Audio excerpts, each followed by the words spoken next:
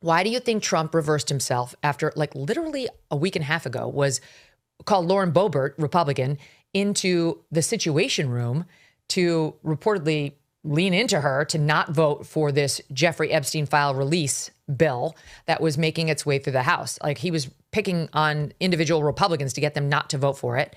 She wouldn't agree. And then within hours, Trump did a 180 saying, I'm in favor of it. Now I'm in favor of it, which led to a near unanimous passage of the bill in the House, and then a unanimous passage of the bill in the Senate, which prior to that reversal, there's a question about whether it would even get a vote in the Senate.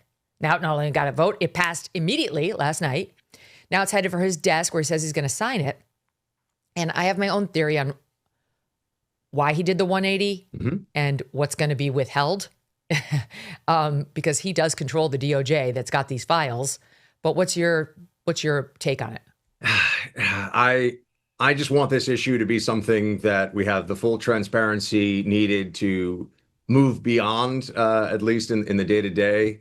This sort of constant, what I view as the speculation Olympics, because what happens is people just approach this, not you and I hope, not me, but a lot of people. It's just an opportunity to try to create some fable where Donald Trump is actually at the center of this and he's a bad guy. And the Democrats are so desperate for that. Okay, but on the Trump part of this, here's what I see. Knowing Trump for having met him a very long time ago and having known him obviously throughout the administration, his two administrations, I would say he does not like to be told what to do. And I know that sounds very basic, and what does that have to do with this? He didn't want these released, and the fact that the base is effectively demanding, and the Trump base, and I know this because of my radio show, I hear from them every day, the Trump base is demanding Epstein file transparency.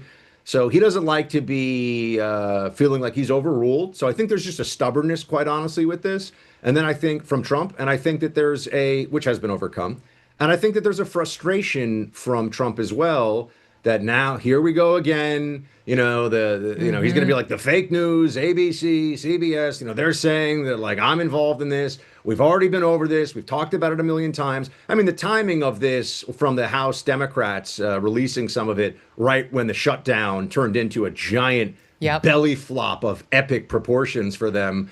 That was obvious, and he was right to call that out, Megyn. So I am absolutely confident that there's nothing in there that is truly derogatory about Donald Trump. There might be some things that people can insinuate, and they will, but I don't think there's anything that's truly derogatory or I should say, shows culpability of any kind. And I think that he's just frustrated with all the stuff around this. I will say the administration made some big mess ups here. And not Trump, but some of the people that work for him. July. Yeah, they screwed up on that. And they just did. And we have to be honest about that. The binders, that was foolish looking. And then the Pam Bondi talking about it and not talking about it and what's going to happen. Or I have them on my desk. So there were PR missteps, but that's a world of difference from Donald Trump is hiding the smoking gun. He's not hiding the smoking gun. People need to get a grip. The walls are not closing in on him. And I hope that finally when these files come out, that will be that. It's so disgusting because the media's determination to make this story about Donald Trump has completely bastardized the whole story. Yeah. The story's not about Trump. It's about Jeffrey Epstein and his disgusting pals who were using and abusing and sexually molesting young women for years. They have nothing to suggest that Trump was one of them. He was friends with Jeffrey Epstein, but the main alleged victim they've been pointing to on Trump is on the record under oath saying Trump never touched her and that she never saw him with another woman. And all these alleged victims who keep going on NBC and so on, they all say, no, nothing on Trump. There is not a single woman who has said, yes, I was trafficked by Epstein to Trump. There's one who says Trump walked into a house with Epstein and allegedly fondled her upon meeting her. Okay, that's what the best they have so far. And they're waiting for some sort of smoking gun in these materials. So I think Trump did his 180 because he had to. He knew he was going to lose it. Like the Republicans were determined to vote yes on this. His base was demanding so it too, pressure. Megyn. Finally, his base was like, no, we need this. And so he said, okay. But he doesn't mind flipping the bird to his base. You know, he's quick to remind them, I'm the boss here. But he was going to lose the vote in the House, and he didn't want to look like he did tell the base that they did something he didn't want the first time around. Basically, he was like, "Shut up, guys, we're done talking about this." But they didn't stop talking about it, and So I think he had to do the 180 just to save face, and then that made the ball, go even faster in the House and then the Senate. And now he's got to sign it. But look, there are enough exceptions to what the DOJ has to turn over that if Trump were really worried about a document or two, there is the potential that he could just designate it classified and we wouldn't see it. They're not releasing classified documents, and they're not releasing anything that would reflect identities of victims and so on. Like, look, I don't believe for one second that the Epstein scandal is about Trump, nor do I believe Trump trafficked girls, nor do I believe Trump ever raped or sexually assaulted a girl that we're going to see in these files, or that's even in these files. But I do think something has gone on that changed his opinion. And given that he controls the DOJ, Pam Bondi answers to him, he's got to have some level of comfort that nothing's going out there that's going to completely crush him. Because otherwise, I think he'd be standing where he stood in July, which is, we're not doing this, move the hell on. Yeah, I think that this was one of the rare times where Trump threw the pressure. You cannot bend Trump if you are anti-Trump, right? I mean, that's like he has an invincibility, an unstoppable force when it comes to, if you're a Trump hater, if you're Trump deranged, he doesn't care what you say, he doesn't care what you do.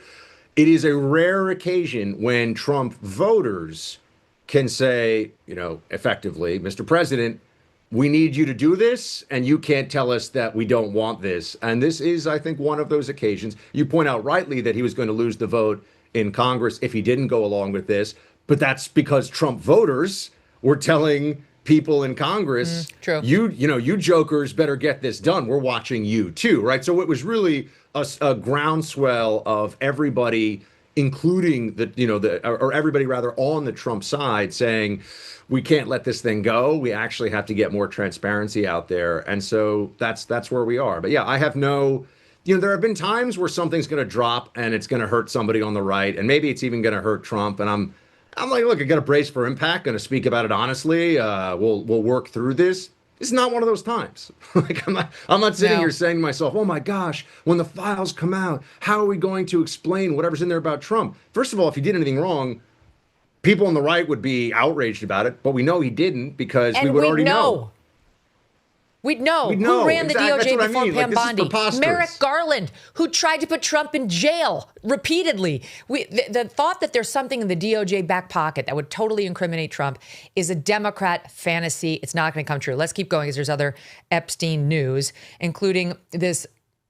She's not a congresswoman because she's from the Virgin Islands, which is a territory, not a state. So, but her name is Stacey Plaskett.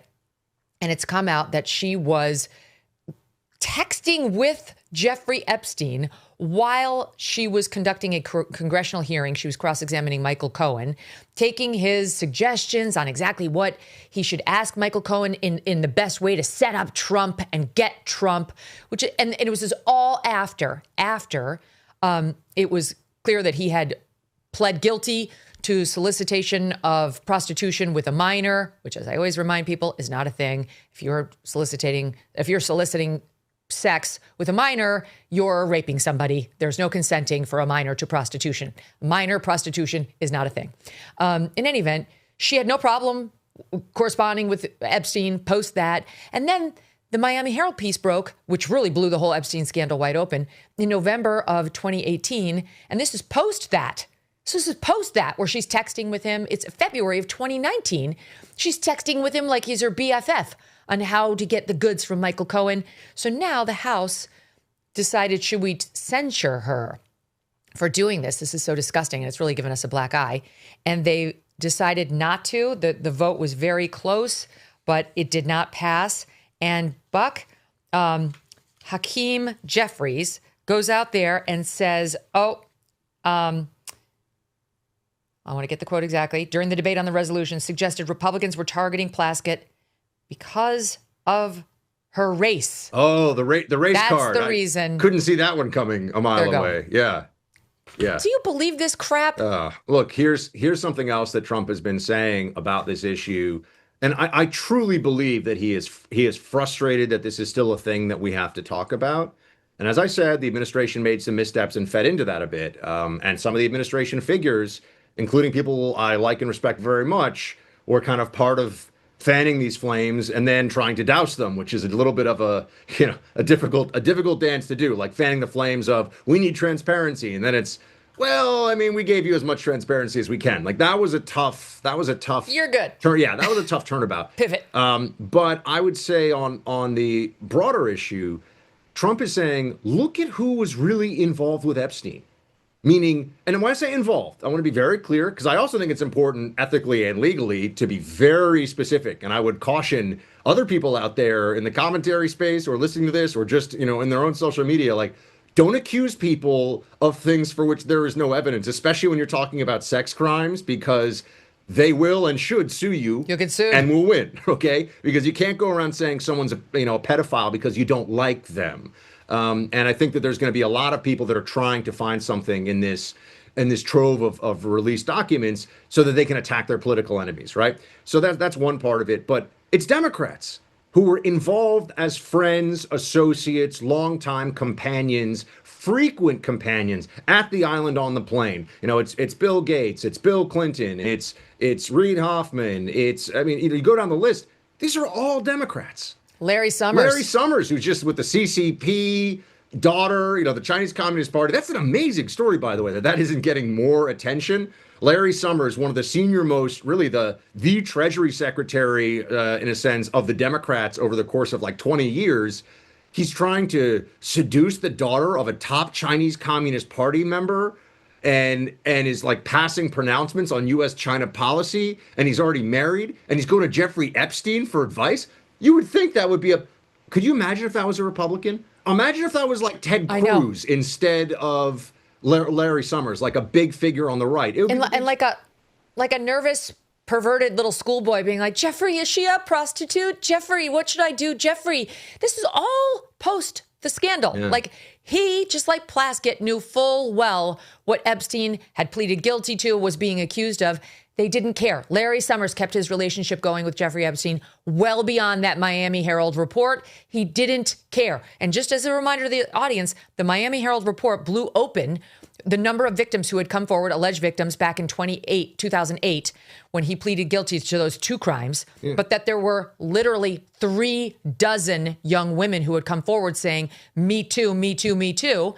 And so that broke in November of 18. And still Larry Summers and Plaskett and a long list of others were like, no problem for me. Larry, it's me, Larry. Jeffrey, please help me figure out my love life. Keep going. Yeah. How did Jeffrey Epstein get such a hold psychologically over some of these incredibly powerful, influential, and wealthy men? And I really do mean that as a question. Very good question. I know there are. Yeah, same. Yeah. I know there are a lot of possible answers, but I do think we should get closer to the actual answer or answers on that, because to your point, this guy was the Treasury Secretary and he's acting like just some like weirdo buffoon on this issue, going to Jeffrey Epstein, who's a convicted, at this point, convicted sex criminal.